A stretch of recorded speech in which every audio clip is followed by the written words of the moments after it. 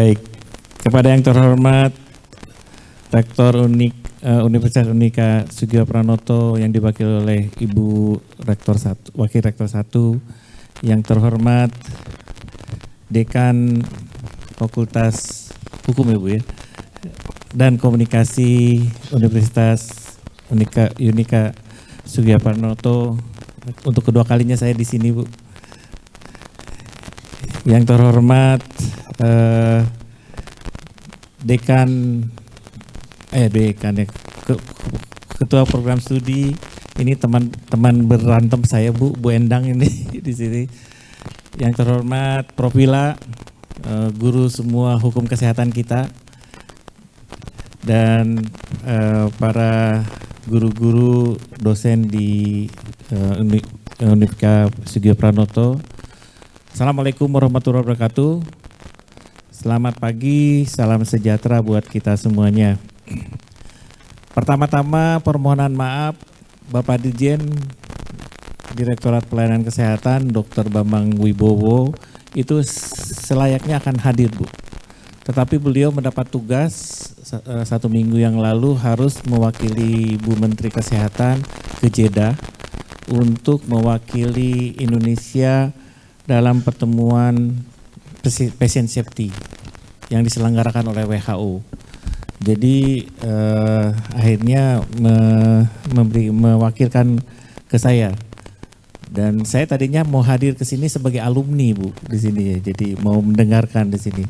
Tapi alhamdulillah kita bisa bertemu lagi dalam acara yang sangat penting ini, bahwa Universitas Sugio Pranoto melalui Prodi Hukum Kesehatannya sangat membantu dalam mengawasi kebijakan-kebijakan regulasi kesehatan. Itu perlu aplaus di sana. Dan alumninya paling banyak ya Bu ya. Sekarang sudah berapa Bu alumninya? 600. Saya adalah alumni kelas jauh pertama di Bandung Bu, 2006 gitu ya. Gitu ya, dan ini alumni yang kata Bu Wila mahasiswa yang nakal katanya. Kalau nggak nakal nggak jadi sesdirjen gitu. Baik, kami diberi tugas oleh panitia untuk memberikan paparan tentang regulasi dan upaya pemerintah dalam menerapkan rekam medis elektronik, yang ini pun menjadi satu nanti kajian bersama ya. Dari kata medis, medik, mana yang benar? Mau medis, mau medik gitu ya. Tapi kami di era milenial ini melakukan hal-hal yang banyak perubahan. Kerjakan dulu, baru nanti mohon maaf dan kita luruskan kebijakan regulasinya. Itu ada hal-hal yang selalu kita buat, karena dalam era revolusi industri 4.0, dalam era perubahan disruption, itu kebijakan regulasi itu tidak bisa dibuat dahulu, tetapi kebijakan regulasi mengikuti keadaan, perubahan dan lain-lain. Kalau kita lihat para peserta sudah dengan disruption ini, taksi sudah habis sekarang. Ada Gojek, ada GoGrab, ada Uber dan lain-lain. Kita makan, Paniko nggak usah ke restoran lagi. Ada GoFood, ada semuanya gitu ya. Terus konsultasi kesehatan itu tidak usah kita ketemu dokter lagi sekarang secara informal. Kementerian Kesehatan membuat aplikasi namanya Sehatpedia. Silakan di Google Play, di download Sehatpedia. Ya.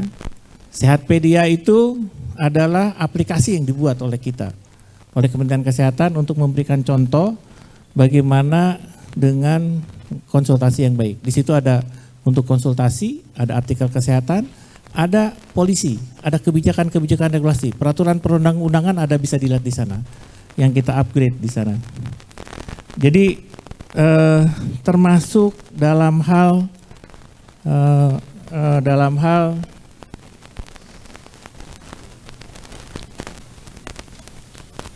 pengajaran ya. Di slide. Oh ya, ini adalah eranya milenial. Di keynote speaker ini tidak ada pertanyaan, tapi teman-teman boleh bertanya atau berkomentar melalui aplikasi pigeonhole.at. Nanti ada passwordnya 223344. Nanti klik di saya, nanti klik topik saya. Silakan Anda membuat pertanyaan berkomentar tentang electronic medical record, gitu ya, di sana. Ini di pigeonhole.at.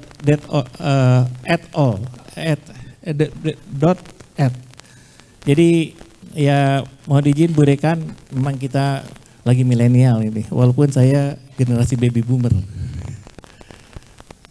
Slide. Jadi Kementerian Kesehatan itu punya tugas dalam penguatan pelayanan kesehatan, yaitu bagaimana mencapai akses dan mutu pelayanan yang berkualitas bagi masyarakat. Baik sarana prasarananya, baik infrastrukturnya, SDM-nya, termasuk pemanfaatan teknologi informasi. Ini yang Kementerian Kesehatan berubah dari 5 tahun yang sebelumnya, bahwa pemanfaatan informasi menjadi bagian penting dalam penguatan pelayanan kesehatan. Ya. Rumah Sakit Karyadi itu adalah salah satu contoh yang memanfaatkan teknologi informasi dalam melakukan kegiatan pelayanan kesehatannya. Dengan teknologi informasi, dengan ke-BLU-annya, Rumah Sakit Karyadi sudah menjadi rumah sakit mandiri. Jadi tidak disupport lagi APBN untuk modal, tupoksi, dan operasional. Aplaus buat Karyadi. Dan per 1 Januari 2019, Rumah Sakit Karyadi sudah menerapkan electronic medical record. Pak Sofwan, mana Pak Sofwan? Aturannya belum ada. Tidak Bu, tidak ilegal Bu. Di era milenial itu adalah menjadi bagian kebijakan regulasi. Dan di Permenkes 269 itu ada sebetulnya memanfaatkan informasi teknologi. Di Undang-Undang Rumah Sakit memanfaatkan informasi teknologi. Di peraturan pemerintahnya juga memanfaatkan peraturan teknologi informasi. Di Undang-Undang ITE dan itu juga begitu Bu. Tapi nanti mohon izin Bu Wila, saya undang nih Bu, kita bedah Permenkes 269-nya. Mohon maaf dulu gitu Bu. Jadi orang-orang milenial kayaknya begitu tuh sekarang. Lakukan dulu tindakannya, baru kita berubah kebijakan regulasinya. Nah ini yang memang ada perubahan nih dalam cara memandang satu kebijakan regulasi. Slide. Ini adalah digitalisasi pelayanan kesehatan di Kementerian Kesehatan. Ada Sehatpedia untuk konsultasi, ada telemedicine, temenin untuk telemedicine. Dan ini sekarang telemedicine kita diadop ya Pak Agus ya, oleh Kementerian Keuangan dan Kominfo. Karena mereka punya satelit baru, Nusantara 1. Ada juga aplikasi Jaga. Aplikasi Jaga ini adalah kepunyaannya KPK. Jadi kalau masuk ke webnya KPK, itu ada aplikasi Jaga. Jaga kesehatan, jaga pendidikan, jaga perizinan, jaga desa. Jaga kesehatan adalah jaga rumah sakitku dan jaga puskesmasku. Di jaga rumah sakitku ada jaga kebutuhan tempat tidur, informasi kebutuhan tempat tidur di seluruh rumah sakit Indonesia. Karena kami sudah punya aplikasi namanya RS Online. Semua rumah sakit yang ada di Indonesia harus terregister di Kementerian Kesehatan. Kalau tidak terregister, dia tidak bisa operasional. Gitu ya. Jadi di sini, jadi ketersediaan tempat tidur sudah ada di Siranap ini. Dan banyak lagi di era-era ini ada yang untuk reporting, untuk pelayanan kesehatan, sistem informasi pasien case. Kita punya ASPAK namanya, aplikasi sarana prasarana kesehatan.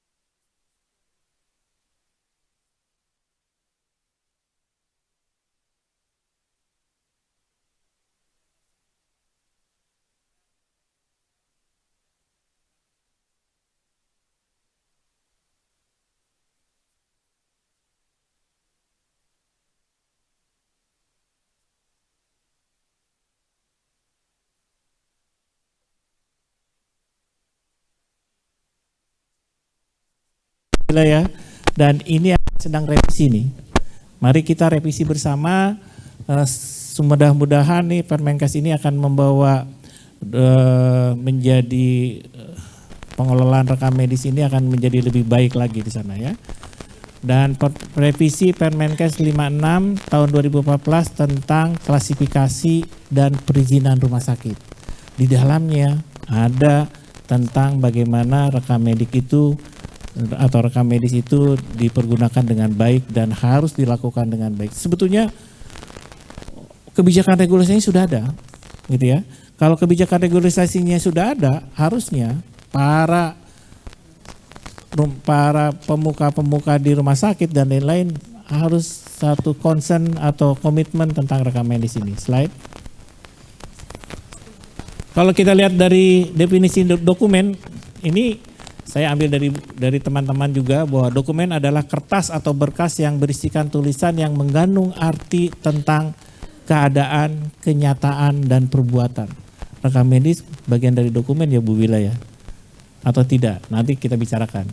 Jadi rekam medis konvensional adalah dokumen karena rekam medik merupakan kertas atau berkas berisi tulisan yang direkam, baik dari tulisan, baik dari elektronik medical record, yang mengandung arti keadaan, perbuatan, dan kenyataan. Nanti ini yang kita harus inikan. Setelah rekam medik elektronik bias menjadi dokumen setelah di print out. Bagaimana nantinya? Dan itu nanti akan menjadi bagian perhatian kita di Kementerian Kesehatan. Bagaimana nanti kebijakan regulasi yang akan datang untuk medical record ini. Slide. Jadi dalam era e-health ini, tadi yang disebut digital health itu, bahwa itu pun sudah masuk ke peraturan pemerintah nomor 14 ya.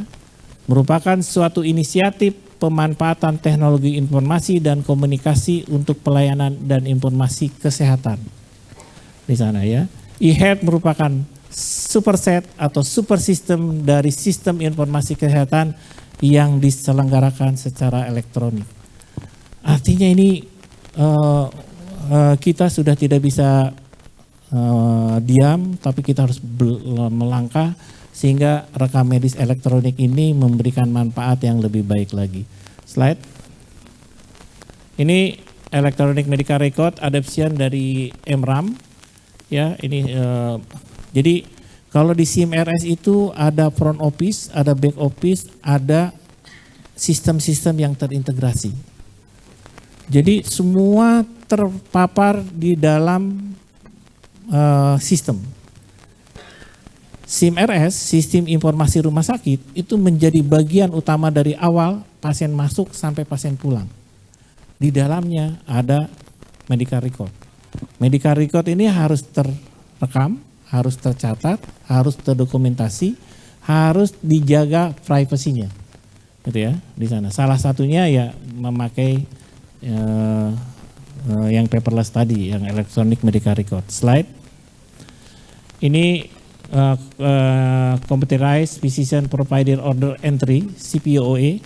Di beberapa rumah sakit itu visitor hanya membawa iPad atau tablet. Mereka mengisi di sini. Dan di Indonesia sudah ada, di rumah sakit swasta terutama, tidak lagi mengisi di kertas rekam medis. Kalau diperlukan nanti baru kita print dan lain-lain. Itu yang terus menjadi bagian-bagian. Radiologi sudah ada Radiological Information System. Jadi dengan telemedicine kemarin itu ada pasien trauma capitis di Papua sana, dan untuk mencari diagnosis dan treatment yang terbaik kita ampuh melalui rumah sakit pengampunya. Hemoglobin di Jawa Tengah, rata-rata hemoglobin adalah 10,25. Dengan mengumpulkan hasil-hasil lab dari pasien case, terutama yang rumah sakit dan primer. Sedangkan standar normalnya adalah 12 sampai 15. Jadi rata-rata hemoglobin di Jawa Tengah itu anemia. Dan yang paling banyak adalah pada usia produktif. Yaitu pada anak-anak remaja yang ini, dan ini yang menjadi concern kita. Dengan e-lab itu kita bisa melihat. Terus faal hatinya, ternyata di sini rata-rata 5 lebih tinggi daripada normal. Mungkin sering makan itu ya, kepiting dari Cak Gundul gitu ya. Rata-rata faal hatinya tuh 5 dari standar di sini. Rata-rata, tapi pasti kan ada yang normal, ada yang tidak normal. Itu dari e-lab ya. Nanti kita akan artificial intelligence melalui patologi dan lain-lain. Slide. Sehingga kebijakan rekam medis elektronik yang ke depan itu kita akan gabungkan yang non elektronik dan yang elektronik. Baik itu yang dibantu oleh pemerintah dengan PBI-nya dan non PBI-nya. Sudah sampai 196 juta. 2019 adalah bagian daripada UHC, Universal Health Coverage, perlindungan terhadap warga negara Indonesia dan warga negara asing yang tinggal setelah 6 bulan, menjadi kewajiban pemerintah ada untuk negara dalam perlindungan kesehatan. UHC itu tidak hanya perlindungan saja. UHC itu adalah pelayanan semesta dari promotif, preventif, kuratif, dan rehabilitatif. Ini menjadi bagian penting kita, dan itu menjadi tugas kita bagaimana menyusun kebijakan regulasi yang ada sekarang yang lebih dinamis sesuai dengan perubahan zaman. Slide. Jadi ada informasi, ada manajemen hasil pemeriksaan, ada entry data dan lain-lain. Ini menjadi satu kesatuan di fungsi rekam medik yang harus diperhatikan. Mohon maaf nih, ada medis, ada medik. Memang nanti kita lagi berantem nih sama Pak Dr. Sofwan Dahlan mau medis atau medik itu Bu. Nah ini nanti ada satu kesatuan dalam kata, karena di peraturan ada yang menyebutkan medis, di PP menyebutkan medik dan lain-lain. Nah ini yang ya PR kita bersama gitu ya Bu.